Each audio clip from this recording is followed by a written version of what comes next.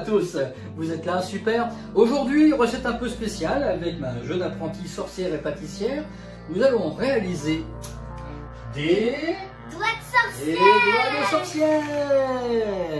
A tout de suite pour la recette. Jeune apprentie sorcière et pâtissière, veuillez déposer nos récipients. Oui, d'accord. Pour réaliser notre recette, il va nous falloir abracadabra, poil au doigt, 200 g de farine. Wahaha. mais aussi 100 g de sucre. il nous faudra également, 80 g de beurre. sans oublier, 9 et pour finir, quelques cacahuètes. On a nos 5 ingrédients, mais pourquoi on a 2 gobelets en plus?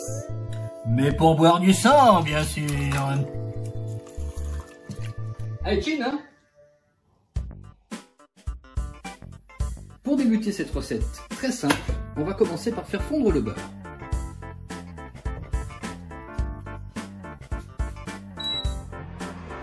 Dans une casserole, on va pouvoir faire fondre le beurre à température très douce. Moi, je vous suggère de le faire fondre à 60 degrés.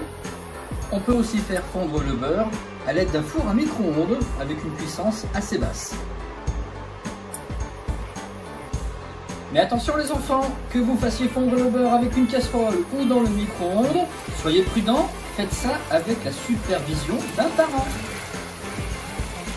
Jeune apprenti, veuillez amener un saladier s'il vous plaît. Oui, voilà.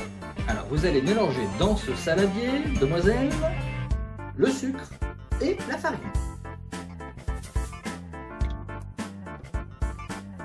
Et moi, je vais mettre le beurre fondu. Il ne nous reste plus qu'à mélanger avec une maryse. Voilà, on va bien mélanger le tout pour que l'ensemble devienne homogène et forme la pâte avec laquelle on va s'amuser à former des doigts. De sorcière. Oh, c'est pas encore assez homogène. Allez, vas-y carrément avec les mains.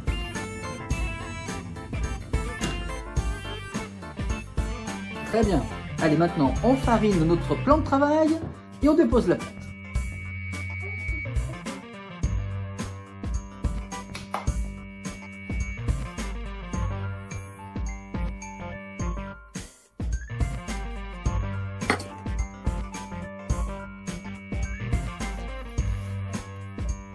Maintenant, ça se compacte bien. On va faire un petit cratère sur notre monticule de pâte.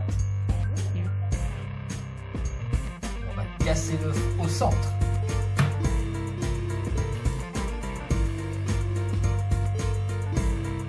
Et ben voilà, ça y est, la pâte est terminée. Elle est bien uniforme. On va la remettre dans le saladier.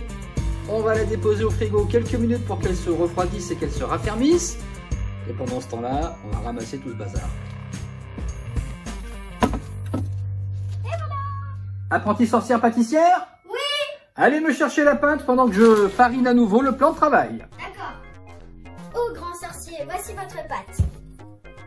Avec notre pâton, on va essayer de faire une dizaine, une douzaine de doigts de sorcière.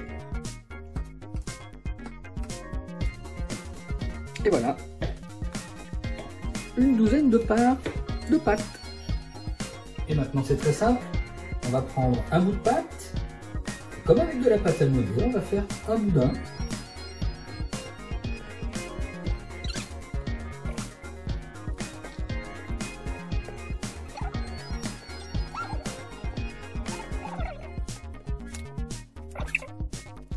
Et voilà, on a façonné nos doigts, on va les déposer maintenant sur une plaque de cuisson.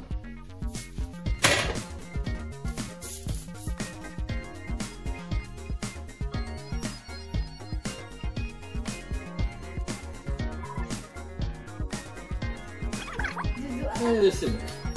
Pour accentuer un petit peu le réalisme de nos doigts, on va faire comme sur nos doigts à nous. On va faire des petites striures au niveau des jonctions des différentes phalanges. On va le faire avec un couteau en utilisant le dessous de la lame, la partie non coupante.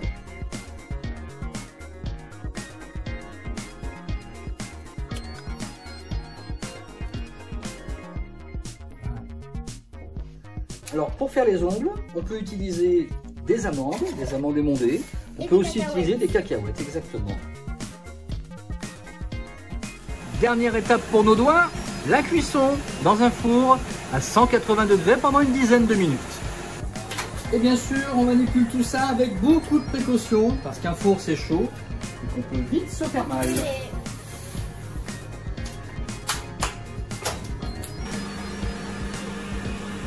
Jeune apprenti, Oui. d'un tour de sorcellerie, sortez les doigts du four.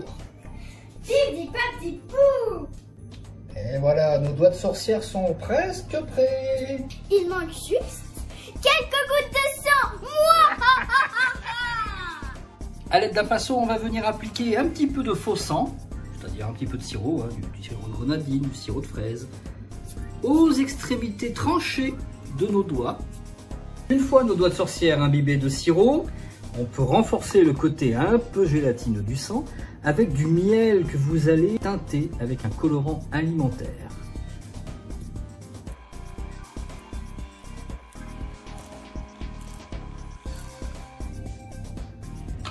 Ne vous mettez pas le doigt dans l'œil, c'est l'heure du goûter. Merci d'avoir suivi cette recette des doigts de sorcière et à bientôt dans On n'est pas dans la panade. Mouah